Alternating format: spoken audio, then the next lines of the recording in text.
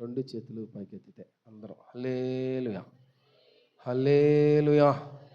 ఇంకొకసారి చెప్తారా? హల్లెలూయా. ప్రియమైన దేవుని జనాంగమా,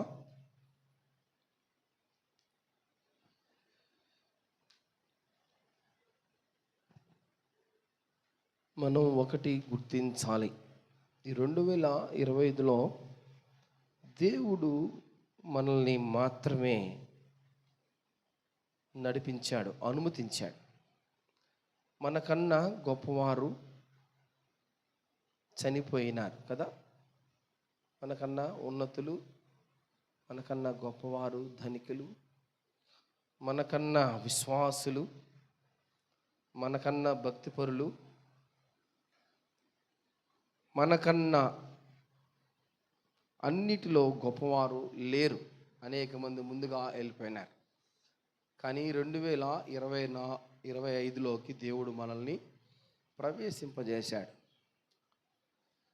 అందుకని మనం ఒక్కటి గుర్తించాలి, ఏంటంటే మన బలము తగ్గిపోతుంది. వయసు పెరిగే కొద్దీ తగ్గిపోదా? మన ఆయుష్ తగ్గిపోతుంది, తగ్గిపోదా? అందము తగ్గిపోతుంది. యవ్వన కాలంలో ఉండే అందం ఉండదు కదా, తగ్గిపోతూ వస్తుంది. జనబలం ఉండొచ్చు, లేకపోవచ్చు. నీవు కన్న బిడ్డలు కూడా వివాహాలు చేసుకొని వెళ్ళిపోవచ్చు, వాళ్ళు కూడా ఉండరు. ఆస్తులు నీతో ఉండవు. నీతో ఉండేది ఒక్కటే. ఏముంటుందయ్యా మనతో అంటే, మనం జీవించే ఆత్మీయ జీవితం తప్ప, ప్రార్థన జీవితం తప్ప, ఆ వ్యక్తితో నిరంతరము బ్రతికినంత కాలం ఉండేది అదే, ఇంకేది కూడా ఉండదు. అందుకనే కీర్తనకారుడు ఇలా అంటున్నాడు. కీర్తనలు 90వ అధ్యాయం 10వ వచనంలో ఈ మాట రాస్తున్నాడు, చదవండి. అమ్మా, మా ఆయుష్ కాలము 70 సంవత్సరములు, అధిక బలముగాని ఉంటే. ఏందంటమ్మా? 80 సంవత్సరములు అయినను వాటి వైభవము ఆయాసమే, దుఃఖమే, దుఃఖమే. అది త్వరగా గతించును, మేము ఎగిరిపోవుదము. అందుకనే దావీదు భక్తుడు ఒక మాట అంటాడు.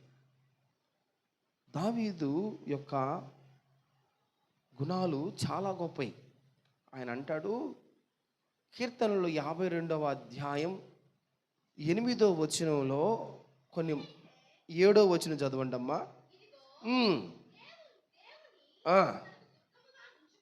దుర్గముగా ఉంచుకొనక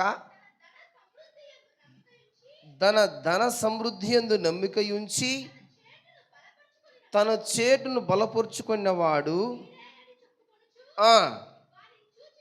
నవ్వుదురు. ఇక్కడి నుంచి బాగా గమనించాలి. నేనైతే దేవుని మందిరములో పచ్చని ఒలీవ చెట్టు వలెనున్నాను. ఎలా ఉన్నాడంట? బాగా చెప్పాల. నేనైతే ఏమంటున్నాడు? నేనైతే పచ్చని ఒలీవ చెట్టు వలె ఉన్నాను. ఎలా ఉందంట? ఈ చెట్టు ఎలా ఉందట? పచ్చగా ఉందట. నేనైతే ఎక్కడంట? ఈయన ఎక్కడున్నాడంట? పచ్చగా దేవుని మందిరములో ఏముందట? చెప్పాలా ఇప్పుడు? పచ్చని ఒలీవ చెట్టు వలె ఉన్నాను. రెండవదిగా చాలు, కీర్తనలు 55వ అధ్యాయం 23వ వచనం చదవండి.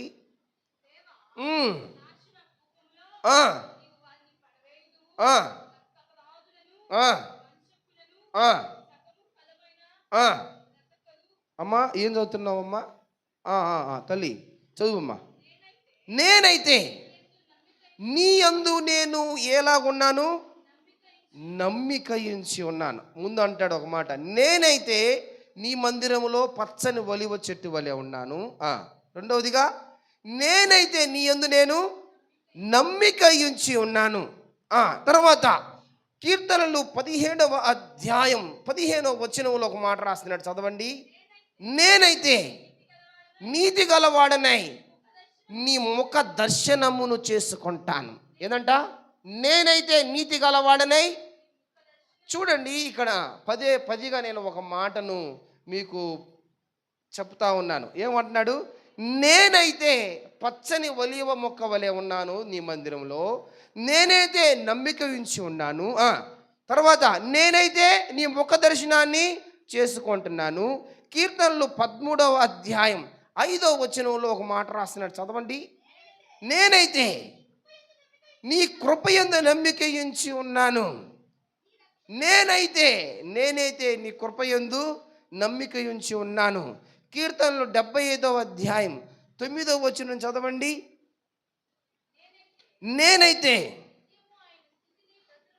నిత్యము ఆయన స్తుతిని ప్రచురము చేయదను. చాలు. నేనైతే నిత్యము ఆయన స్తుతిని నేను ప్రచురము చేస్తాను. నేనైతే ప్రియమైన దేవుని బిడ్డలారా, 2025లో నువ్వైతే దేవుని కొరకు ఏం చేయాలనుకుంటున్నావు? 2025లో 2024 లాగే గడిపేద్దాం అనుకుంటున్నావా? చెప్పాలా? 2025 ఎట్లాగ సాగిపోయిందయ్యా? దేవుని మందిరానికి రాక, దేవుని కోటాలకు రాక, ఉపవాస ప్రార్థనలకు రాక, గమ్ముగా బిర్రుగా తిని మంచాల మీద ఒక దుప్పటైతే ఒత్తుకుంటుందని, గుర్రుగా ఉంటుందని, బాగా మంచిగా అంత పొరుపు వేసుకొని, చల్లంగా ఉన్నా కూడా ఫ్యాన్ గాలి వేసుకొని రగ్గు కప్పుకొని నేనైతే అట్లా కొనుక్కుందాం అనుకుంటున్నారా? కుదరదు. దేవుడు అంటాడు, నువ్వు ఏ విధంగా ఉండాలనుకుంటున్నావు? ప్రియమైన దేవుని బిడ్డలారా, క్రైస్తవ సంఘానికి ఇది తగదు. అందుకనే చూడండి, బైబిల్లో ఒక రాజు ఉన్నాడు. ఆ రాజు పేరు ఏం పేరయ్యా అంటే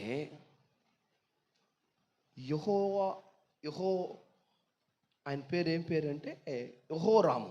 ఏందైనా? యెహోరాము.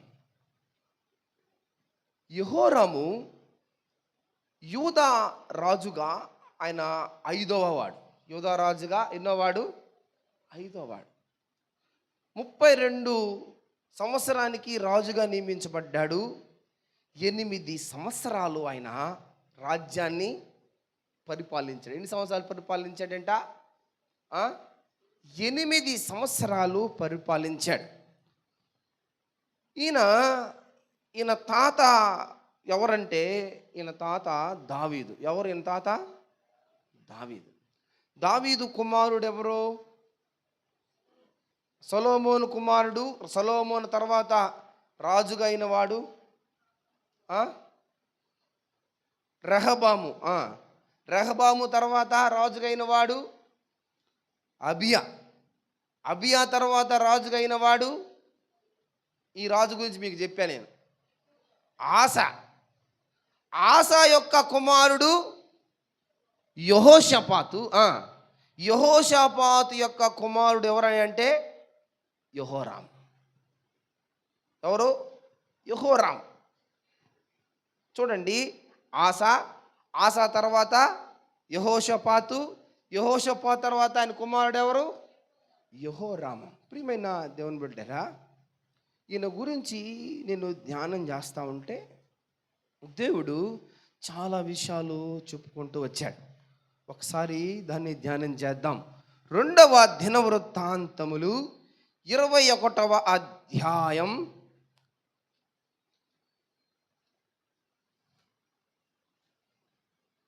2వ దినవృత్తాంతములు 21వ అధ్యాయం 1 నుంచి చదువుకుంటూ ముందుకెళ్దాం.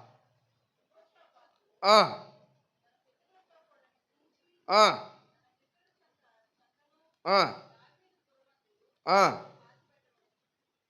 అమ్మా 21:1 చదువమ్మా. చదువు చదువమ్మా. ఉమ్, ఉమ్, ఉమ్, ఉమ్. ఆ, అమ్మ ఎక్కడ ఈయన పాతి పెట్టబడ్డాడంట?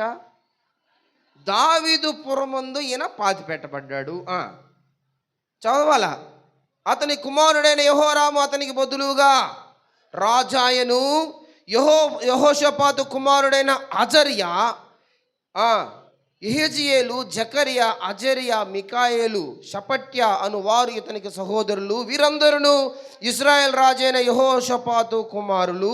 వీరి తండ్రి వెంబడి వీరి తండ్రి వెండి బంగారములను బహుమానములుగా ప్రశస్త వస్తువులు అనేకములను యూదా దేశములో ప్రాకారము గల పట్టణములను వారికి ఇచ్చాను. అయితే యెహోరాము ఏందంట?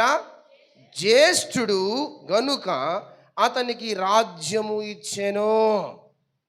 ఇప్పుడు సొలొమోను ఏ దేశాన్ని అయితే, ఏ రాజ్యాన్ని అయితే ఏలాడో, ఆ రాజ్యాన్ని ఎవరు ఏలాడు? ముందు ఎవరు? తర్వాత దావీదు, తర్వాత సొలొమోను తర్వాత రెహబాము ఏలాడు. రెహబాము తర్వాత అబియా ఏలాడు. అబియా తర్వాత ఆసా ఏలాడు. ఆసా తర్వాత యెహోషాపాతు ఏలాడు. యెహోషాపాతు తర్వాత యెహోరాము యూదా దేశాన్ని ఏలన ఆరంభించడానికి రాజుగా 32 సంవత్సరాలు నియమించబడ్డాడు. 8 సంవత్సరాలు ఆ రాజ్యాన్ని ఏలాడు. అయితే దావీదు గురించి ఈరోజు మనం వింటున్నాం. దావీదు సరిచేయబడినట్లు మనం సరిచేయబడాలనుకుంటాం. దావీదులాగా జీవించాలనుకుంటాం. తప్పు చేసినా, ఒప్పు చేసినా దావీదు దగ్గర కనిపెట్టుకున్న, దేవుని దగ్గర కనిపెట్టుకున్న దావీదు మనకు గుర్తొస్తూ ఉంటాడు. దావీదులా మనం బ్రతకాలనుకుంటాం. ఇదిగో ఈ కొన్ని వేల వేల వేల సంవత్సరాల ముందున దావీదు గురించి, దావీదు యొక్క జీవితాన్ని మన మీద ప్రభావితం చేస్తూ ఉంటే, ఈయన చాలా దగ్గరోడు కదా, ముని మనవడు. ఎవరైనా దావీదుకి ముని మనవడు. ఈ ముని మనవడు జీవితం ఎలా ఉందంటే, దావీదుని ప్రచురము చేయటంలా అతను భయంకరమైన పరిస్థితిలోకి వెళ్ళిపోతున్నవాడుగా ఇక్కడ కనిపిస్తూ ఉన్నాడు. చూడండి, ఇతని తండ్రి యెహోషాపాతు, ఇదిగో ఇతను ఎలాగా బ్రతుకుతున్నాడంటే, తన సహోదరుల్ని చంపినవాడుగా కనిపిస్తున్నాడు. ఎవరిని చంపాడంట? సహోదరుల్ని చంపినవాడు. అంటే ఇతనిలో ఏమాత్రము కూడా దేవుని యొక్క భయమే లేదు. దేవుని యొక్క భయము లేదు. నరహంతకుడుగా మారిపోయిన వ్యక్తిగా కనిపిస్తున్నాడు. ఆహాబు కుమారులను, ఇదిగో ఆహాబు యొక్క కుమార్తెను పెళ్లి చేసుకున్న వాడుగా కూడా ఇతను కనిపిస్తూ ఉన్నాడు. చూడండి, ఇతను ఆయన గురించి చదువుకుందాం. ఒక మాట కింద చదవమ్మా. ఎవరిని చేసుకున్నాడంట? ఆహాబు కుమార్తెను పెళ్లి చేసుకున్నాడట. ఆహాబు సంతతి వారు నడిచిన ప్రకారము ఇజ్రాయేలు రాజుల మార్గమందు నడిచెను. చాలు ప్రియమైన దేవుని బిడ్డలారా, ఇతను సహోదరుల్ని చంపేశాడు. తర్వాత ఎవరిని పెళ్లి చేసుకున్నాడంటే, ఇతను ఆహాబు కుమారుడు. అంటే ఆహాబు భార్య ఎవరు? ఇప్పుడు ఈయన పెళ్లి చేసుకున్న ఈయనకి అత్త ఎవరు? యెజబేలు ఈయనకి అత్త. ఎవరు ఈయనకి అత్త? యెజబేలు ఈయనకి అత్త. ప్రియమైన దేవుని బిడ్డలారా, యెజబేలుని కూతురు చేసుకున్న ఆయన యెజబేలుని కానీ, యెజబేలు కుమార్తెను కానీ, ఇదిగో దేవునితో నడిపించవలసిన వ్యక్తి, ఇదిగో దావీదులాగా బ్రతకవలసిన వ్యక్తి, ఇదిగో ఆయన ఆశలాగా జీవించవలసిన వ్యక్తి, ఈయన ఆహాబు కుమార్తెను చేసుకొని, యెజబేలు కుమార్తెను చేసుకొని వాళ్ళ ఇష్టాను ప్రకారం నడవడం ప్రారంభమైపోయింది ఈ యెహోరాముకి. ప్రియమైన దేవుని బిడ్డలారా, ఆడ కింద చూస్తే చదవండి కింద. ఆ, అతడు యెహోవా దృష్టికి ప్రతికూలముగా ప్రవర్తించెను. యెహోవా అయినను యెహోవా దావీదుతో చేసిన నిబంధనను నిమిత్తము అతనికిని అతని కుమారులకును నిత్యము నిత్యము దీపమిచ్చెదనని చేసిన వాగ్దానము నిమిత్తము దావీదు సంతతిని నశింపచేయకుండా నశింపజేసే మనసు లేదు. ఇదిగో ఇతను చేస్తున్న క్రియలు అంతా ఇంత కాదు. ఇతను భయంకరుడుగా ప్రవర్తిస్తున్నాడు. ఇతను యెజబెలు కుమార్తెను వివాహం చేసుకున్నాడు. ఇతను తగదు, ఇలా చేసుకోవడం కరెక్ట్ కాదు. యెజబెలు ఏ విధంగా ప్రవర్తించిందో తెలుసు. ఇదిగో ఆహాబు ఏ విధంగా జీవించాడో తెలుసు. అయితే ఈయన ఆ కుమార్తెను వివాహం చేసుకొని క్రూరుడుగా, ఇదిగో దేవునికి వ్యతిరేకస్తుడుగా బ్రతుకుతా ఉన్నాడు. అయితే దేవుడు అంటున్నాడు, ఇతన్ని ఎప్పుడో నేను చంపేద్దును కానీ ఇతని క్రియలను బట్టి. ఇతను ఎందుకు నేను చంపకుండా ఆపానంటే, ఎవరిని బట్టి అంట? దావీదుతో దేవుడు ఒక నిబంధన చేశాడంట. హల్లెలూయా. ఎవరితో చేశాడంట? దావీదుతో ఆయన ఒక నిబంధన చేశాడు. ఏ నిబంధన అది? 1వ రాజులు 16వ అధ్యాయం 30 నుంచి 33 వరకు చదవండి. 1వ రాజులు ఆహాబు క్షమించండి, 2వ సమూయేలు 7వ అధ్యాయం 15-16 చదువమ్మా. 2వ సమూయేలు 7వ అధ్యాయం. నిన్ను స్థాపించుటకై నేను కొట్టివేసిన సౌలును నా కృప దూరమైపోయినట్లు నేను అతనికి నా కృప దూరము చేయను. నీ మటుకు నీ సంతానమును నీ రాజ్యము నిత్యము స్థిరమగును, నీ సింహాసనము నిత్యము స్థిరపరచబడును. ఇదిగో ఆ రోజు దావీదు చేసిన ఈ వాగ్దానం బట్టి ఇతను బతికిపోతున్నాడు. ఎవరు బతికిపోతున్నారు? యెహోరాము బ్రతికిపోతున్నాడు. ప్రియమైన దేవుని బిడ్డలారా, దేవుణ్ణి విసర్జించిన వాడుగా, దేవుడి కట్టడలను గైకొన్నటువంటి వాడుగా, దేవునికి వ్యతిరేకస్తుడుగా ఇతను జీవిస్తూ ఉన్నాడు. అంత మాత్రమే కాదు, ఇతను ఏం పని చేస్తున్నాడా అంటే, ఇతను విగ్రహారాధన కూడా చేయడానికి ఇష్టపడుతున్నాడు. చూడండి, యూదా పర్వతమందు బలిపీఠములను కట్టాడు.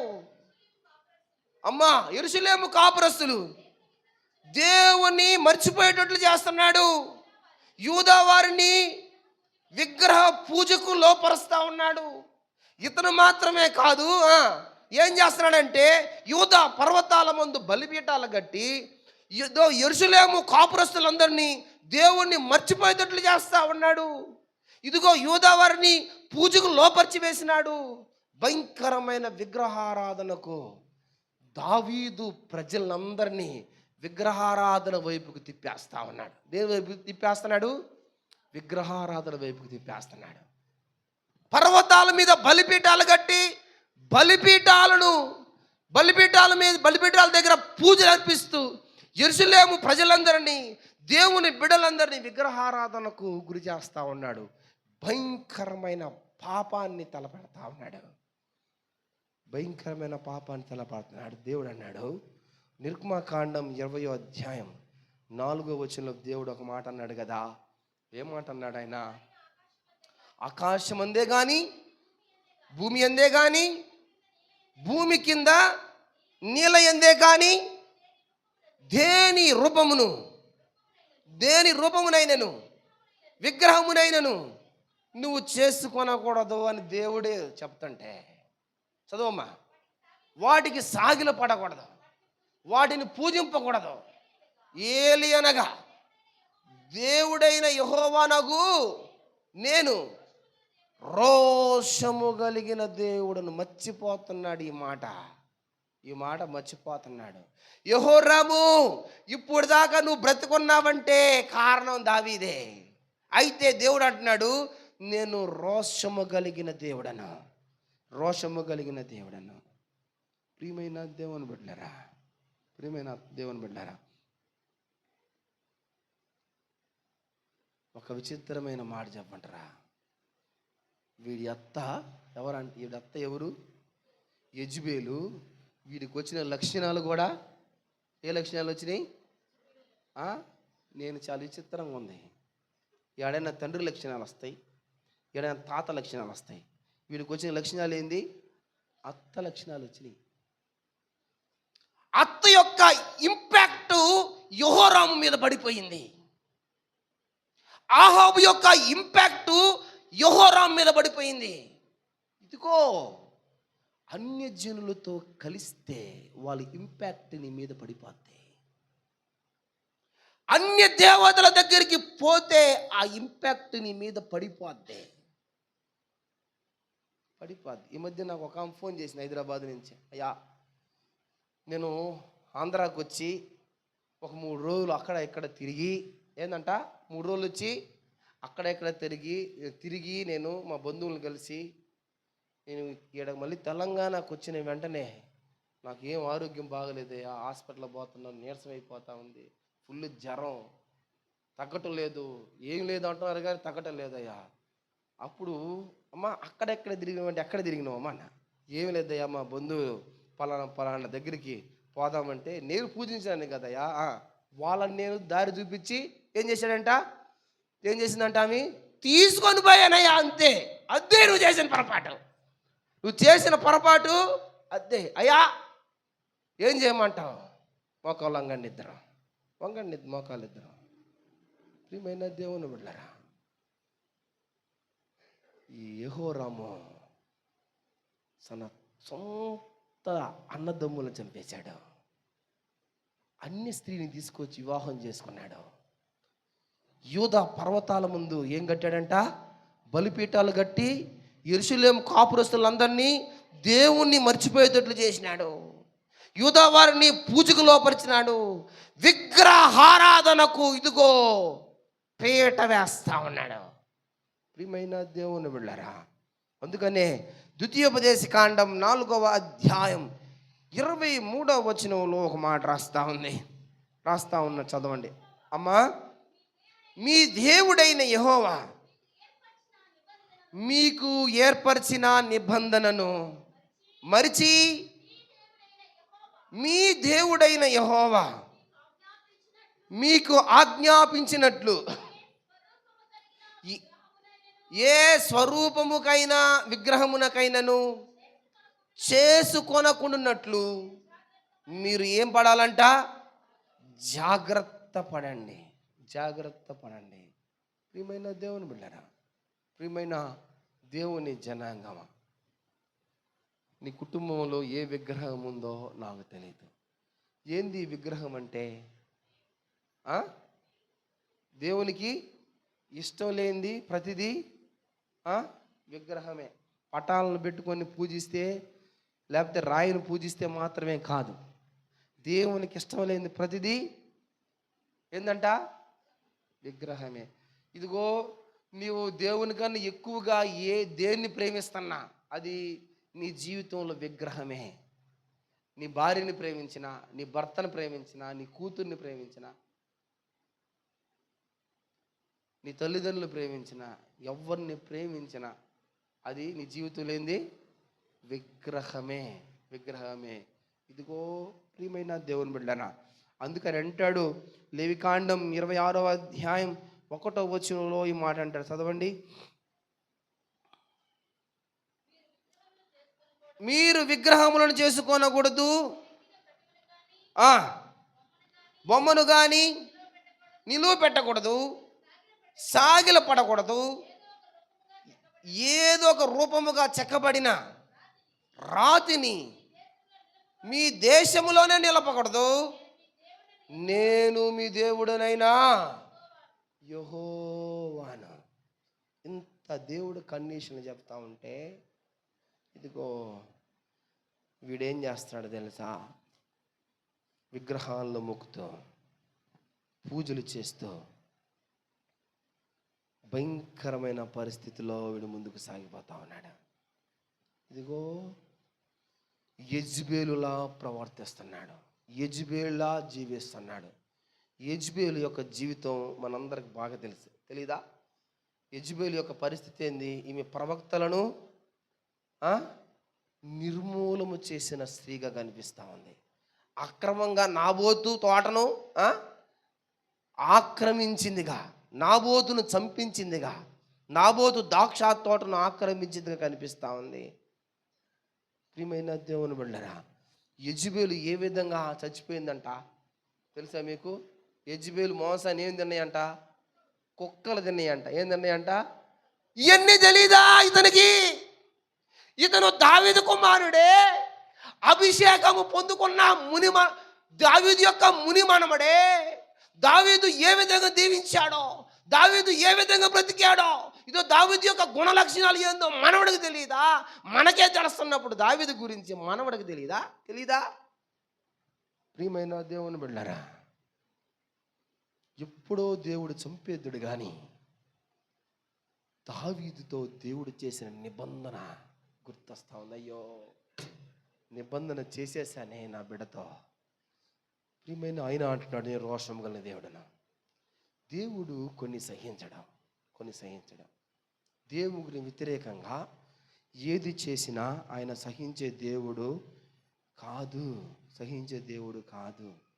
ప్రియమైన దేవుని బిడ్డలారా,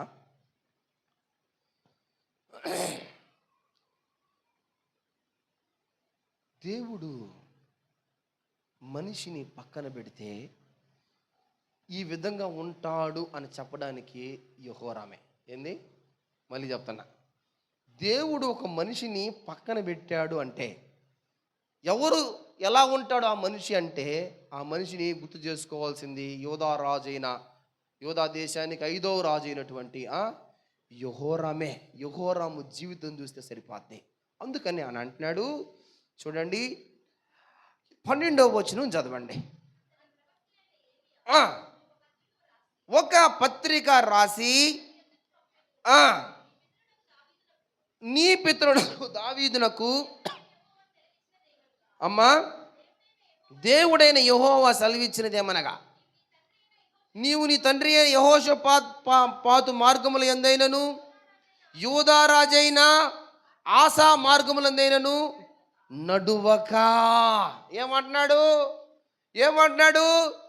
ఈ యెహోషాపాతు యెహోరాము తండ్రి, ఆసా యెహోరాముకి ఏమవుతాడు? తాత అవుతాడు కదా. ఇదిగో ఈయన తాత గురించి మనవడు తెలీదా? ఇదిగో తండ్రి ఏ విధంగా బ్రతికాడో కొడుకు తెలీదా? ఇదిగో ప్రవక్త చెప్తా ఉన్నాడు. ఇదిగో ఆయన ఒక తాకీదును రాసి దావీదు యొక్క దేవుడైనటువంటి యెహోవా చెప్పున్నదేమనగా, చదువమ్మ మాట. ఇజ్రాయేలు మార్గంలో నువ్వు నడిచి ఆహాబు సంతతి వారు చేసిన వ్యభిచారముల చొప్పక యూదాను యెరూషలేము కాపురస్తులను వ్యభిచరింపచేసి నీకంటే యోగులైన నీ తండ్రి సంతతి వారకు నీ సహోదరులను నీవు చంపి ఉన్నావు. కాబట్టి నువ్వు గొప్ప తెగులు చేత యెహోవా నీ జనులను, నీ పిల్లలను, నీ భార్యలను, నీ వస్తు వాహనములన్నిటినీ చాలు. ప్రియమైన దేవుని బిడ్డలారా, చూశాడు దేవుడు. అరే, వీళ్ళ తాతలాగా బ్రతకలేకపోయాడు, వీళ్ళ పెద్ద తాత దావీదులాగా బ్రతకలేకపోయాడు, ఆఖరికి వీళ్ళ నాన్నలాగా కూడా బ్రతకలేకపోయాడే.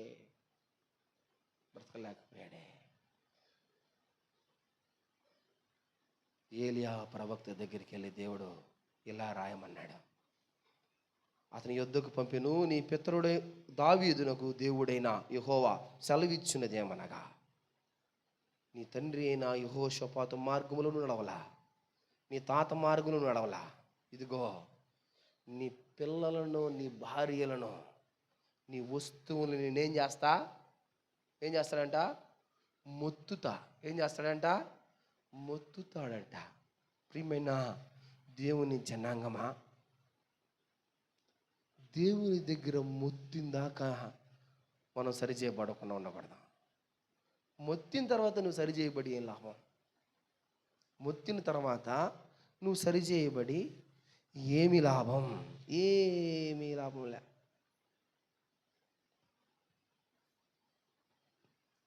ఇంకేం అవసరం లే. దేవుడు ఒక్కసారి మొత్తాలి అనుకుంటే సరే. నేనంటాను, నువ్వు చాలా గొప్ప గొప్ప వాళ్ళని చూసావు కదా నీ హయాంలో, అయినా కూడా నువ్వు దేవుని దగ్గర రిపెంటెన్స్ లేదే. మొత్తతానన్న తర్వాత కూడా ఏమైనా భయపడ్డావా? ఇది కరెక్ట్ కాదని దేవుడు చెప్పిన తర్వాత కూడా నువ్వేమైనా భయపడ్డావా? అయ్యా తప్పు అయిపోయింది, దైవజనులు గారు తప్పు అయిపోయింది అయ్యా, నేను ఇది చేయడం కరెక్ట్ కాదయ్యా, నన్ను ఏం చేయమంటావు చెప్పయ్యా, నేను ఏం చేయమంటే చేస్తానయ్యా అని నువ్వు ఒప్పుకున్నావా?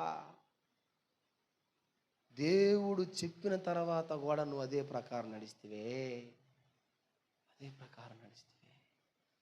దేవుడు వద్దన్న పని చేస్తూ ఉంటివే, దేవునికి వ్యతిరేకంగా బ్రతుకుతూనే ఉంటివే.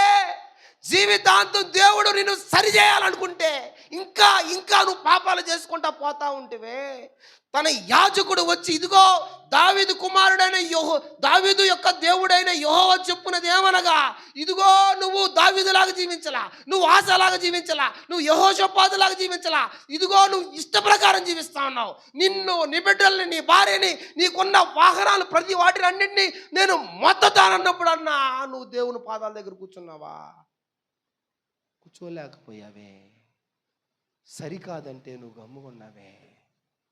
ప్రియమైన దేవుని బిడ్డలారా, ఆకాశం నుంచి దేవుడు చూస్తూ ఉన్నాడు. మనిషికి దేవుడు వెంటనే అపాయం తీసుకురాడు. మీరు బాగా చెప్తున్నా, ఎవరో ఒకరి చేత ఆయన సరి చేపిస్తూ ఉంటాడు. సరి చేయబడు, సరి చేయబడు, సరి చేయబడు, బాగుపడు, బాగుపడు, బాగుపడు, బాగుపడు అని. సరి చేయబడలేదనుకో, నెక్స్ట్ కింద చదువమ్మా. యెహోవా ఏం వ్యాధమ్మా? కొంచెం పెద్ద చదువమ్మా. ఉదర చాలని వ్యాధి చేత అతనిని ఉదరమున ఒత్తినందున 2 సంవత్సరములు వ్యాధి బలమవుతూ వచ్చి అతని పేగులు పడిపోయి బహు వేదన నొందుచు అతను మరణమైపోయాడు. ఇక్కడ ఒక విషయం ఏంటంటే, మీకు మొట్టమొదట ఒక వచనం చదివించినప్పుడు నేను ఒక మాట మళ్ళీ చదవమన్నా. యెహోషాపాతు దావీదు ఎక్కడ పాతి పెట్టబడ్డాడంట?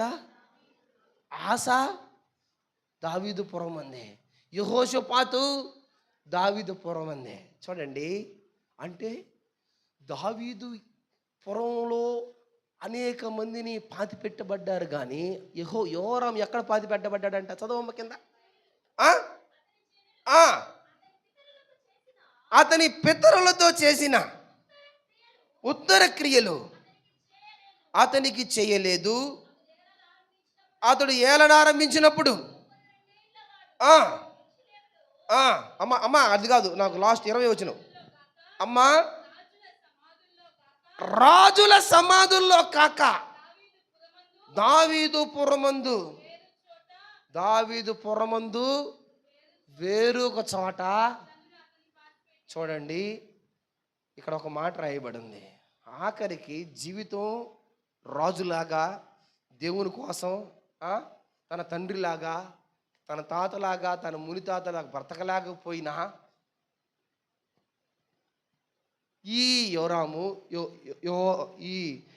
ఎవరైనా యెహోరాము తన మరణం కూడా ఎక్కడ పాతి పెట్టబడ్డాడంట? రాజుల దగ్గర ఇతను పాతి పెట్టబడలా. దేవుడు ఇతన్ని రాజుగా కూడా గుర్తించటంలా. హల్లెలూయా. ఎన్ని రాజుగా కూడా దేవుడు గుర్తించటంలా. దేవుడు గుర్తించకపోతే మనుషులు కూడా గుర్తించరు. గుర్తుపెట్టుకో ఈ మాట. మనుషులు కూడా గుర్తించారా? తీసుకొని వచ్చి ఈయన ఏమైనా రాజులు పాతి పెట్టే దగ్గర పాతి పెట్టారా? ఎక్కడ పాతి పెట్టారు ఈయన్ని? వేరొక చోట అనాథులు పడేసే దగ్గర రాజువు నువ్వు, ఒక దేశానికి ప్రధానమంత్రివి నువ్వు, కింగ్ నువ్వు. నిన్ను రాజుల దగ్గర దేవుడు పాతి పెట్టనీలా. అంత నిత్యంగా బ్రతికాడు. ప్రియమైన దేవుని బిడ్డలారా, సరిచేయబడ్డాడా అంటే సరిచేయవల్ల. నేను ఒక మాట చెప్పనా, మనిషి పాపం చేయడానికి మూడు కారణాలు. ఒకటి తన స్వభావం ఏంది, ఒకటి రెండవదిగా మన నైజం, తన నైజం, మూడవది తన బుద్ధి. ప్రియమైన దేవుని బిడ్డలారా, దావీదు తను చేసిన పాపం ఎవరో మీద నెట్టడంలా. దేవుడు దావీదు దగ్గర చూసేది అదే. నేను జ్ఞానం చేస్తున్నప్పుడు నాకు కొన్ని మంచి మాటలు దొరికినాయి. ఏం తెలుసా? ఆదాము నువ్వెక్కడున్నావంటే, ఇదిగో నేను పలానా దాక్కొని ఉన్నాను. నువ్వు ఈ పని ఎందుకు చేసావంటే, నువ్వు నాకు ఏర్పరిచిన అవ్వ భార్య నన్ను ఈ స్థితికి తీసుకొచ్చిందే అని అవ్వ మీద వేసాడు. కానీ దావీదు మటుకు అలా వేయటంలా. దావీదు పరిస్థితుల మీదకి తన తప్పుని వేయటంలా, వ్యక్తుల మీదకి తన లోపం వేయటంలా. తను చేసిన దానికి పూర్తిగా తనే బాధ్యత వహిస్తా ఉన్నాడు. జరిగిన దానికి అంతటికి తానే కారణం అని చెప్పుకుంటా ఉన్నాడు. ప్రియమైన దేవుని బిడ్డలారా, మనము కూడా మన స్వభావం దేవుని దగ్గర ఒప్పుకోగలమా? అయ్యా, నా స్వతహాగా నేను పొరపాట్లు చేసినానయ్యా, నా ఎవరి ప్రేమేమీ లేదయ్యా, నా ప్రేమేనయ్యా. ప్రియమైన దేవుని బిడ్డలారా, ఈరోజు దావీదుకి బెషుబా అయితే ఉండొచ్చు, ఈరోజు ఇంకొకరికి ఇంకో అయితే ఉండొచ్చు. నేను అంటాను దావీదు స్వభావం ఏం తెలుసా? అయ్యా, నా స్వభావమే, నేనే తప్పు చేశానయ్యా, నేను బలహీనునయ్యా, నన్ను క్షమించయ్యా, నీ కృప చొప్పున నన్ను కనికరించయ్యా. దావీదు దేవుణ్ణి అడిగిన విధానం చాలా బాగుంటుంది. నన్ను పవిత్రుడుగా ఆగునట్లు హిస్సోపుతో నా పాపాన్ని పరిహరించయ్యా, హిమము కంటే తెల్లగా నన్ను చేయయ్యా. అయ్యా, నా పాపానికి నేనే కారణమయ్యా. బెషుబా వలనో లేకపోతే వాళ్ళ వలన వీళ్ళ వలనో కాదయ్యా, నా స్వతహాగా నా స్వభావం అటువంటిదయ్యా. దేవా, నేను పాపం చేశాను, తెలిసే చేశాను, నీకు వ్యతిరేకంగా చేశాను. నువ్వు న్యాయంగా క్రమశిక్షణ చర్యలు తీసుకున్నా కూడా నేను లోబడతాను అనే స్వభావం క్రైస్తవ జనాంగానికి ఉందా? నా స్వభావమే పాపం, అందుకే నేను పాపం చేశాను, నన్ను కడుగు, నా పాపాన్ని పరిహరించు, హిస్సోపుతో కడిగి నన్ను పవిత్రుని చేయి అని దావీదు అడిగినట్లు మనం అడుగుతున్నామా? బల్లకు సమీపిస్తూ ఉన్నాం. ప్రియమైన దేవుని బిడ్డలారా,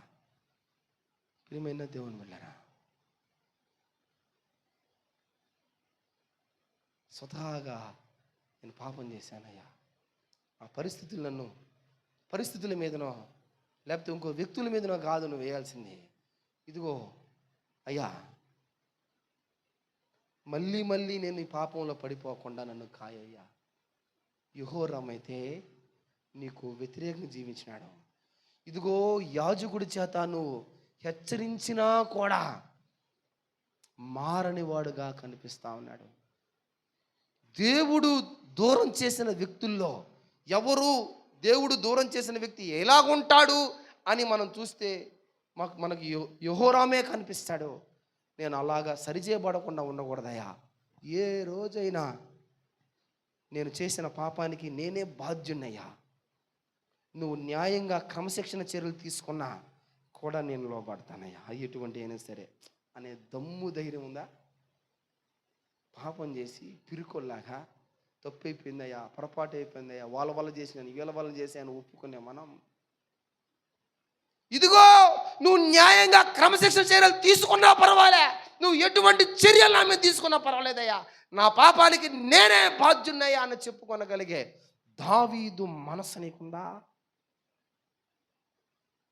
ప్రియమైన దేవుని బిడ్డలారా అని అంటున్నాడు, హిస్సోపుతో నన్ను కడుగు, హిస్సోపుతో కడుగు.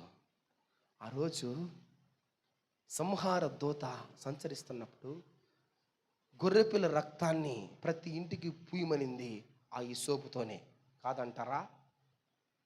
ఆ హిస్సోపును ముంచి ప్రతి గడపటకు పోశారు. ఆ రక్షణ గుమ్మాలకు రాయటానికి హిస్సోపును కొమ్మనే వాడారు. ప్రత్యక్ష గుడారంలో వధించబడిన పశువు రక్తాన్ని ప్రోక్షణ చేయడానికి హిస్సోపు కొమ్మనే వాడారు. యేసుక్రీస్తు సిలువలో వేలాడుతున్నప్పుడు ఇదిగో దాహంగా ఉంది అన్నాడు. ఒక చేత్తో చిరకను ఆయన నోటికి అందించి, ఒక స్పాంజిని ఒక పుల్లకు గుచ్చి దాన్ని ఆయనకు అందించారు కదా. ఆ పుల్ల హిస్సోపు మొక్కే అని తెలియపరుస్తూ ఉన్నాడు. హిస్సోపు పస్కాను గుర్తు చేస్తూ ఉంది. హిస్సోపు ప్రత్యక్ష గుడారం యొక్క ప్రాయశ్చిత్త కార్యాన్ని గుర్తు చేస్తూ ఉంది. పస్కా యేసుక్రీస్తుకు సాదృశ్యంగా ఉంటే ప్రత్యక్ష గుడారం యేసుక్రీస్తుకు సాదృశ్యంగా ఉంది. హిస్సోపు యేసుక్రీస్తు మరణానికి సాదృశ్యంగా ఉంది. మన పాపములు పరిహరించబడాలి అంటే, కడగబడాలి అంటే అది యేసుక్రీస్తు వల్లనే సాధ్యమని మనకు స్పష్టంగా తెలియపరుస్తూ ఉంది. సూచనప్రాయంగా దావీదు పలికిన మాటలు సిలువలో నిజమయ్యాయి.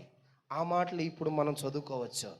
ప్రియమైన దేవుని బిడ్డలారా, ఇదిగో ఆయన సూచనగా మాట్లాడాడే కానీ, ఇదిగో నేను పవిత్రుడైనట్లు నీ రక్తముతో నన్ను కడుగు, పరిహరించి హిస్సోపుతో నా పాపాలు కడుగు, నీ రక్తముతో నా పాపాలు కడుగు. పాపము పోవాలి అంటే హిస్సోపు మొక్క అవసరం. హిస్సోపు మొక్క యేసుక్రీస్తుకు సాదృశ్యంగా ఉంది. ఆ రోజు దావీదు పలికిన హిస్సోపు మొక్క క్రీస్తు యొక్క రక్తమే. నేను పవిత్రుని ఉన్నట్లు నీ రక్తముతో నా పాదాలు కడుగు, పరిహరింపు, హిమము కంటే తెల్లగా నన్ను కడుగయ్యా, చేయయ్యా. ప్రియమైన దేవుని బిడ్డలారా, దేవుని దగ్గర ఒప్పుకునే క్రైస్తవులు తక్కువైపోయారు. దేవుని దగ్గర గడిపే క్రైస్తవులు తక్కువైపోయారు.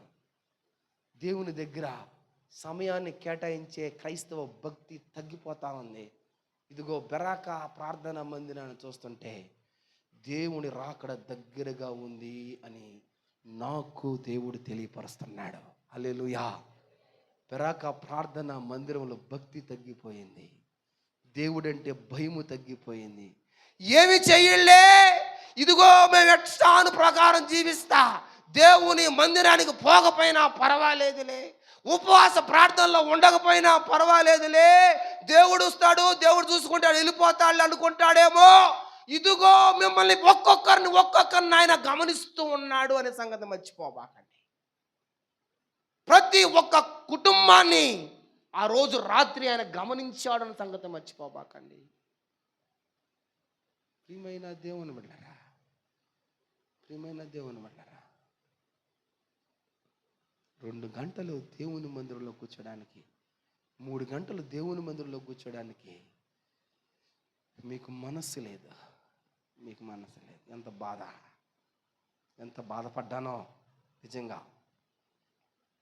శుక్రవారం భక్తి తగ్గిపోయిన క్రైస్తవులు, నేను మీ మీద ఒక నేరము మోపాలనుకుంటున్నాను.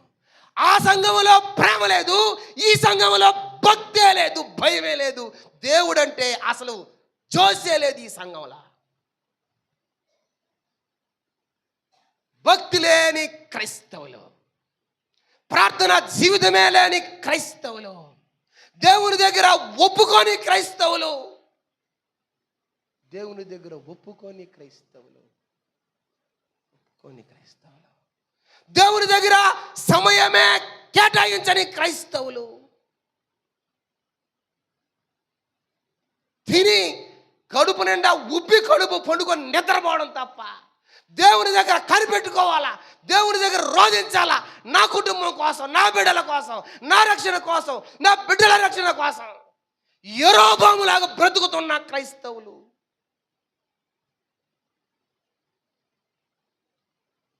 ఆబులాగా జీవిస్తున్న క్రైస్తవులు, యజబేలులాగా బ్రతుకుతున్న క్రైస్తవులు, యెహోరాము కంటే భయంకరమైన క్రైస్తవులు.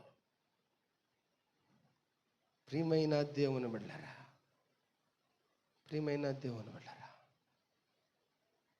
బెరాక ప్రార్థనా మందిరాన్ని చూస్తుంటే దేవుని రాకడ ఆసన్నమైంది. భక్తి లేదు, దేవునితో సన్నిహితం లేదు, దేవుని యందు ప్రేమ లేదు, దేవుని దగ్గర ఒప్పుకోవడం లేదు, చేసిన పొరపాట్లు చేసిన తప్పులు ఒప్పుకోలేని క్రైస్తవులు. దావీదైతే అలా అంటలా, అయ్యా నేనే తప్పు చేశానయ్యా, పరిస్థితులను బట్టి నేను తప్పు చేయలేదయ్యా, నా స్వభావాన్ని బట్టి నేను పొరపాటు చేశాను.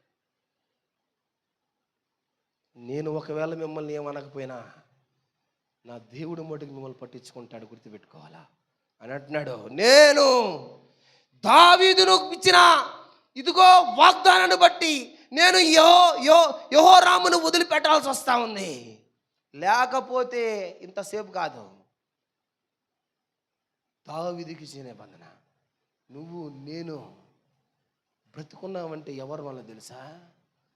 క్రీస్తు చిందించిన ఆ సిలువలో ఆ రక్తం వలన నువ్వు నేను ఎన్ని ఆటలాడుతున్నా సాగుతూ ఉండాయి.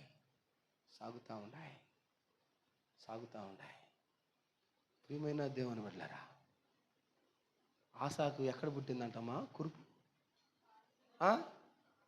ఆసాకు ఏడ పుట్టిందంటమ్మా? అది యెహోరాముకి. ఆసాకు ఏడ పుట్టిందంట? అరికాల్లో పుట్టిందంట కురుపు. అరికాల్లో. యెహోరాముకి ఏడ పుట్టిందంట? ఉదరమున పుట్టిందట. ఒక్క బలహీనత మీ కుటుంబంలో పెట్టాడంటే గిర్ర గిర్ర గిర్ర తిరిగి ఆస్తులు అమ్ముకోవాలా, నిద్రపోయిన నిద్రలన్నీ మేలుకొని ఆ జబ్బు కోసం అట్లాగనే గడగడ వణకతా కూర్చోవాలా. ఈరోజు నువ్వు నేను భయపడకుండా ఇదిగో ఏం కాదు నేను జీవిస్తున్నామంటే కారణం ఏం తెలుసా? యేసుక్రీస్తు మధ్య అడ్డుపడతా ఉన్నాడు, గుర్తుపెట్టుకో. నీ దానికి ఇదిగో నీ ఇంటికి పాశములాగా ఆయన కోపం వస్తున్నప్పుడు హిస్సోపుతో ఇదిగో ఆయన కడిగిన, దావీదును కడిగిన హిస్సోపు మొక్క లాంటి క్రీస్తు రక్తం నీకు నాకు మధ్య అడ్డుపడతా ఉంది ఆయన కోపానికి. అందుకే మనం బ్రతికిపోతున్నాం అంతే. నువ్వు పాపము చేస్తున్నా జీవిస్తున్నావంటే కారణం ఏంటో తెలుసా? హిస్సోపు లాంటి మొక్క ఆయన రక్తం అడ్డుగా ఉంది. అయ్యా చంపబాకయ్యా అని. ఆ రోజు ఐగుప్తు ప్రజలను మోషే వీళ్ళ సంగతి చెప్తానంటే మోషే అడ్డుగా నిలబడ్డాడు. దావీదు అడ్డుపడుతున్నాడు. ఇప్పుడేమో యేసుక్రీస్తు వారు అడ్డుపడతా ఉన్నాడు. లేకపోతే మనం ఏమైపోయే వాళ్ళమా? అమ్మా భక్తి లేని క్రైస్తవులు ఎందుకమ్మా? దేవుని దగ్గర కనిపెట్టుకోలేని వాళ్ళు ఎందుకమ్మా దేవునికి? యెహోరాములాగా బ్రతకద్దా, యెహోరాములాగా జీవించొద్దా. ఇదిగో నీ దేవుడు ఎటువంటి వాడో నీకు తెలుసు, ఆయన ఎలాంటి గొప్పవాడో నీకు తెలుసు, ఆయన ఎటువంటి గొప్ప కార్యాలు చేస్తాడో నీకు తెలుసు. దేవుని దగ్గర కనిపెట్టుకునే జీవితం. 40 రోజులు ఉపవాస ప్రార్థనలట. హోసన్న మినిస్ట్రీలో 40 రోజులు ఉపవాసం, ఉదయం నుంచి సాయంత్రం దాకా 40 రోజులు ఉపవాసం. వాళ్ళకు పనులు లేవా? వాళ్ళకు వ్యాపారాలు లేవా? వాళ్ళకు ఉద్యోగాలు లేవా? వాళ్ళకి బిడ్డలు లేరా? వాళ్ళకు పశువులు లేవా? 40 రోజులు దేవుని దగ్గర రోధిస్తున్న ఆ జనం ఎక్కడా? 3 రోజులు ఉపవాస ప్రార్థన అంటే పోయి ఫస్ట్ రోజు పోయినాలే, మధ్యలో బాగపోతే పర్లేదులే, సాయంత్రం బాధ, రేపు ఇంక లాస్ట్ రోజు బాధలనే మనం ఎక్కడా? ఇంకెట్ట పరిశుద్ధాత్మ దేవుడు మనతో పనిచేస్తాడమ్మా చెప్పండి? నెలలో జరిగే ఒక ఉపవాస ప్రార్థనకి నువ్వు రాలేకపోతున్నావు, నీతో దేవుడు ఎట్ట పని చేస్తాడమ్మా? దేవుని ఆత్మ ఎట్ట పని చేస్తుందమ్మా? నీ కుటుంబంలో దేవుని యొక్క కార్యాలు ఏ విధంగా జరుగుతాయమ్మా? జరుగుతాయి ఆ కార్యాలు? నేను కన్నీరును చూసేవాడను. బా, ఎంత గొప్ప మాట. నేను మీ కన్నీటిని చూసేవాడను. దేవుని దగ్గర కన్నీరు తక్కువైపోయిన బెరాకా ప్రార్థన మందిర క్రైస్తవులు, దేవుని దగ్గర గడపలేని మందిరాలు. ఎందుకమ్మా మందిరాలా? ప్రియమైన దేవుని బిడ్డలారా, దావీదు అంటున్నాడు, అయ్యా నేను తప్పు చేశానంటే అది నా వల్ల నేనేనయ్యా. నేను తప్పు చేశానంటే నా స్వభావం వల్లేనయ్యా. నేను పొరపాటు చేశానంటే అది నా వల్లేనయ్యా. అయ్యా నేను ఒక మాట చెప్పనా, దేవా నేను పాపం చేశాను అని తెలిసి నేను వేరే వాళ్ళ మీద నిందించనయ్యా. నా భర్త మీదనో, నా బిడ్డ మీదనో, నా భార్య మీద నేను వేసుకునే వ్యక్తిని కాదయ్యా. నువ్వు న్యాయంగా క్రమశిక్షణ చర్యలు తీసుకుంటే కూడా నేను లోబడతానయ్యా. ఇది దావీదు మనసు. ప్రియమైన దేవుని బిడ్డారా, నేను ఒక మాట చెప్పనా, యెహోరాము తన తాతను చూసి నేర్చుకోలేకపోయాడు, కానీ ఇదిగో నేను దావీదుని చూసి చాలా నేర్చుకోవాలా. అందుకని దేవుడు అంటాడు, ఈయనంట ఎవరంట, నా మళ్ళీ చెప్పాలి, ఎవరంటే ఈయన నా మళ్ళీ పెద్దగా చెప్పాలి, ఎవరంటే ఈయన నా హృదయానికి అనుసరుడు. ఈయన నా హృదయానికి, ఈయన హృదయం నా హృదయం చాలా దగ్గరగా ఉన్నాయి. ఇంకొక ముందుకు పోతే నేను ఏ పని అయితే చెయ్యాలనుకుంటున్నానో నాకంటే ముందుగా దావీదు, నేను కొంచెం ఇంకొక స్టెప్ ముందుకు పోతే నేను దావీదు కలిసి ఇద్దరం అదే పనిలో ఉన్నాం. నా హృదయానుసారుడు, నా ఇష్టానుసారుడు ఆకాశము నుంచి దిగి వచ్చి అంటున్నాడు, దావీదు నా కోసం మందిరం కట్టిస్తావా? అబ్బా నేనంతటా ఉన్నాయా, నీకు మందిరం కట్టించేంతటా ఉన్నాయా? నా స్థాయి అంతా, నా స్థితి అంతా, నా పరిస్థితి అంతా, ఏడో గొర్రెలు కాసుకునేవాడిని తీసుకొచ్చి ఇంత రాజుని చేసేసావు. నువ్వు ఆ మాట చెప్పడానికి ధన్యున్నయ్యా. ప్రియమైన దేవుని బిడ్డలారా, ఎవ్వరికి లేని భాగ్యం దేవుడు మీకు ఇస్తున్నాడు. మందిరాల్లో సరైన బోధ లేదు. మందిరాల్లో పిట్టకథలు చెప్పి 4 మాటలు చెప్పి 40 నిమిషాలు ముగించిన తర్వాత ఆమేనని బైబిల్ మూసుకొని వెళ్ళిపోతున్నారు దైవజనులు. సరైన ఆత్మీయ బలాలు మందిరాల్లో తగ్గిపోయినాయి, బలం లేదు. అయినా కూడా వాళ్ళు కూడా ఉపవాస ప్రార్థనలతో జీవిస్తూ ముందుకు వెళ్ళిపోతున్నారే. ఎక్కడ లోపమైంది బెరాకా ప్రార్థన మందిరానికి? ఏళ్ళ లోపమైందో నేను చెప్పనా? ఉచితంగా ఆటోలు పెట్టి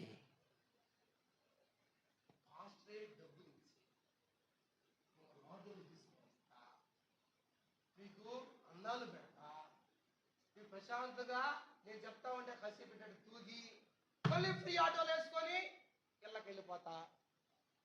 ఇది మన భక్తి. ఏడ్చి ఆ శుక్రవారం అయితే ఏమి భక్తి నాయన? నేను నేర్పించిన భక్తే. నేను ఆటోలకు డబ్బులు ఇడివేంది, నేను వాళ్ళు పిలిపించుకోవడం ఏంది, మధ్యాహ్నం పూట అన్నాలు పెట్టడం ఏంది, అయితే నేను వెళ్ళకపోయి పొనుకోవడం ఏంది, ఉపవాస ప్రార్థనలు రమ్మంటే మేము ఇంక రాలేము అనడం ఏందయ్యా ఇదా? ఎక్కడ న్యాయం అయ్యా? ఏం భక్తి నేర్పించాను? మా నాయన కన్నా గొప్ప సేవ చేద్దాం అనుకున్నానే, అటువంటి సేవ తక్కువైపోయిందా?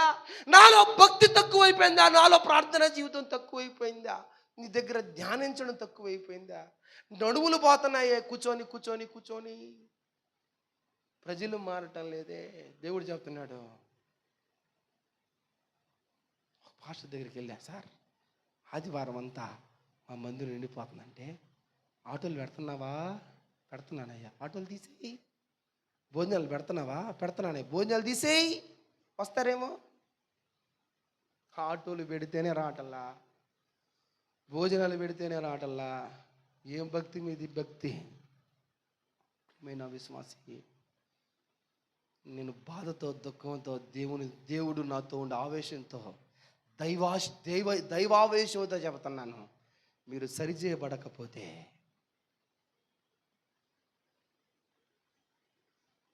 అందరూ వదిలిపెట్టబడతారు.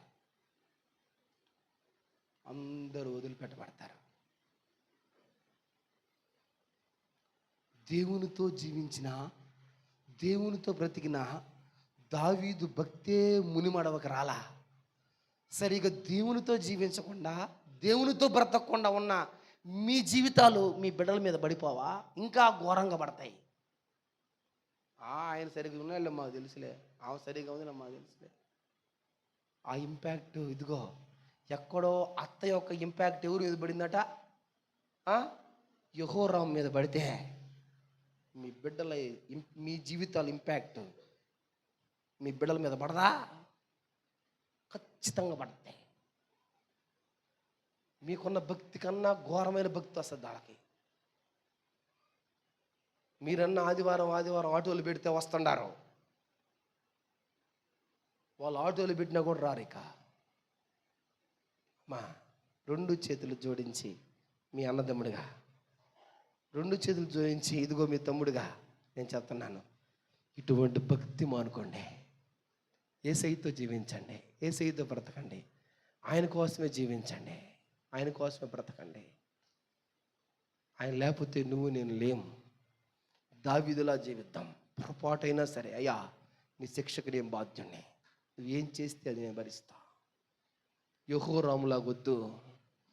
దైవజనమా, దేవుని గురించి తెలుసుకొని దేవునితో బ్రతుకుతూ ఇదిగో ఆయన ఇచ్చిన ఆయుష్ అనుభవిస్తూ, ఆయన మిమ్మల్ని పోషిస్తుంటే పోషింపబడుతూ దేవునికి వ్యతిరేకంగా బ్రతకద్దు.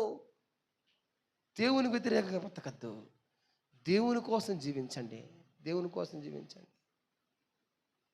మీ బిడ్డలు కూడా దేవుని కోసం జీవిస్తారు. అదే కదా దావీదు సొలొమోను కూడా చెప్పింది, నా కుమారుడా సొలొమోనా, నువ్వు ఆయన్ని కానీ విసర్జిస్తే నిన్ను కూడా ఆయన విసర్జించేస్తాడు. సొలొమోనా, ఆయనతో ఉండు, ఆయనతో బ్రతికయ్యా, ఆయనతో జీవించయ్యా. ఇదిగో నా ప్రియ బెరాక ప్రార్థనా మందిర సంగమా, దేవుని కోసం బ్రతకండి, దేవుని కోసం జీవించండి. ఆదివారం మందిరానికి వచ్చేది కాదు, ప్రతి శుక్రవారం ఇక్కడ ఉన్న వాళ్ళు మందిరంలో కూర్చోండి, నేను ఉన్నా లేకపోయినా. ప్రతి ఉపవాస ప్రార్థనకి తరలి రండి. కుటుంబాలతో, నీ భార్యతో, నీ బిడ్డలతో, నీ భర్తలతో కూర్చొని మోకరిల్లండి. మీ పక్షాన దేవుడు ఎట్ట కార్యాలు చేయడం నేను చూస్తా. ఆయన మనసు మారిపోదా? ఇంకా మీరు లోకంలోనే ఉంటారా? ఇంకా విశ్వాసులుగానే బ్రతుకుతారా? ఇంకా పరిశుద్ధం లేకుండా బ్రతుకుతారా? ఇంకా భక్తి లేకుండా బ్రతుకుతారా? దేవుని దగ్గర ఏడవలసిన వారమే ఉన్నాం. కళ్ళు మూసుకోండి, ఆరాధనలోకి సాగిపోదాం. దేవా, యెహోరాము అయితే దావీదు యొక్క మునిమడమని తెలిసి కూడా సరిగా జీవించలేదయ్యా. సొంత తాతను కూడా చూశాడు, జీవించలేదయ్యా. సొంత తండ్రిని చూశాడు, తండ్రిలాగా కూడా బ్రతకలేకపోయాడయ్యా. మేము ఆటోలు ఇస్తే, దైవజనుడు డబ్బులు ఇచ్చి ఆటోలు ఇస్తే, మధ్యాహ్నం పూట ఇదిగో మేము ఒట్టిగా పోకూడదని భోజనాలు చేస్తే అప్పుడే పోతున్నాం. కానీ శుక్రవారాల పూట కడుపు మార్చుకొని దేవుని దగ్గర ఉండలేని వారుగా ఉన్నామయ్యా. మా భక్తి, మా కొలత చాలా తక్కువైపోయింది నీ దగ్గర, తక్కువైపోయిందయ్యా. నేను సరిగా ఆరాధించలేకపోతున్నామయ్యా. మా భక్తి స్థాయి తక్కువగా ఉందయ్యా. మా మీద నువ్వు నేరం మోపుతున్నప్పుడు మేము ఏమి తెలియక 2 చేతులు అట పట్టుకొని నిర్దోషులుగా నిలబడిపోతున్నామయ్యా. మా జీవితాలు మార్చయ్యా, మా పరిస్థితులు మార్చయ్యా, మా స్థితిగతులు మార్చయ్యా. మా భక్తి జీవితాన్ని ఉన్నతంగా తీసుకెళ్ళయ్యా. మా భక్తి జీవితాన్ని పెంచయ్యా. మా భక్తి తక్కువైపోయిందయ్యా, నీ మీద భయం తక్కువైపోయిందయ్యా. ఈ విధంగా బ్రతకూడదయ్యా, మమ్మల్ని సరిచేయి. ఇదిగో ఈ 3 రోజుల ఉపవాస దినాల్లో నా కుటుంబంతో వచ్చి నిన్ను మేము ఆరాధించాలనుకుంటున్నామయ్యా. కుటుంబంతో వచ్చి ఆరాధించాలనుకుంటున్నాం. ఏలియా, ఇదిగో నువ్వు కరెక్ట్గా లేవు, నువ్వు అన్ని దేవతలు కొలుస్తా ఉన్నావు, నీ పరిస్థితులు బాగలేవు, నీ స్థితిగతులు బాగలేవు. దావీదు దేవుడైన యెహోవా చెప్పునది ఏమనగా, ఇదిగో నీ ఆస్తి తరిగిపోద్ది, ఇదిగో నీ భార్యలు తీసుకెళ్ళిపోతారు, నీ బిడ్డలు తీసుకెళ్ళిపోతారు, నీ వస్తు వాహనాల్ని ముడతారని చెప్పినా కూడా మారలేకపోయాడయ్యా యెహోరాము. ఈరోజు మా భక్తి జీవితాన్ని నువ్వు హెచ్చరిస్తూ వచ్చావు. బాగలేదు మీ భక్తి, మీ భక్తి జీవితం బాగలే, మీ స్థితిగతులు బాగలే, సరిచేయబడండి అని నువ్వు హెచ్చరిస్తూ వస్తున్నావయ్యా. సరిచేయబడతాం. ఇదిగో మా పాపాలను కూడా దావీదు అన్నట్టు హిస్సోపుతో కడుగు అని అన్నట్టు నాయన నీ ప్రియకుమారుడైన యేసు క్రీస్తు రక్తము చేత మా పాపాలను కడుగయ్యా. మా స్వభావమే పాప స్వభావం అయ్యా. ఈరోజు చేసిన పాపం ఇదిగో రేపు చేయాలనుకుంటాం, ఎల్లుండి చేయాలనుకుంటాం. ఇదిగో నాయన మమ్మల్ని క్షమించయ్యా, క్షమించయ్యా. మేము సరిచేయబడతాం నీ సన్నిధిలో, మేము బాగు చేయబడతాం నీ సన్నిధిలో బాగు చేయబడతామయ్యా. నువ్వెవరో నేను ఎరగను, ఇదిగో నువ్వెవరో నేను ఎరగను, ఇదిగో నా అన్యాయము చేయు ప్రజలారా, అక్రమము చేయు ప్రజలారా అని నీ చేత అనిపించుకోకూడదయ్యా. నువ్వు నన్ను చూసినప్పుడు నన్ను నీవు గుర్తుపట్టేటట్టు నా భక్తి ఉండాలయ్యా. నువ్వు చూసినప్పుడు ఇదిగో నన్ను నువ్వు ఐడెంటిఫై చేయాలయ్యా. నా భక్తిని బట్టి, నా ప్రార్థన జీవితాన్ని బట్టి నువ్వెవరో నేను ఎరుగుదునంటే ఇంతకాలం మందిరానికి వచ్చి నేనేమైపోతానయ్యా. నీ బల్లకు నేను సమీపిస్తున్నప్పుడు, నీ బల్లకు సమీపిస్తున్నప్పుడు నువ్వు నన్ను గుర్తించాలయ్యా. ఆ స్థితిలో నన్ను ఉంచేయ్యా. 2025లోని ఆరాధించండి, ఆరాధించండి, ఆరాధించండి.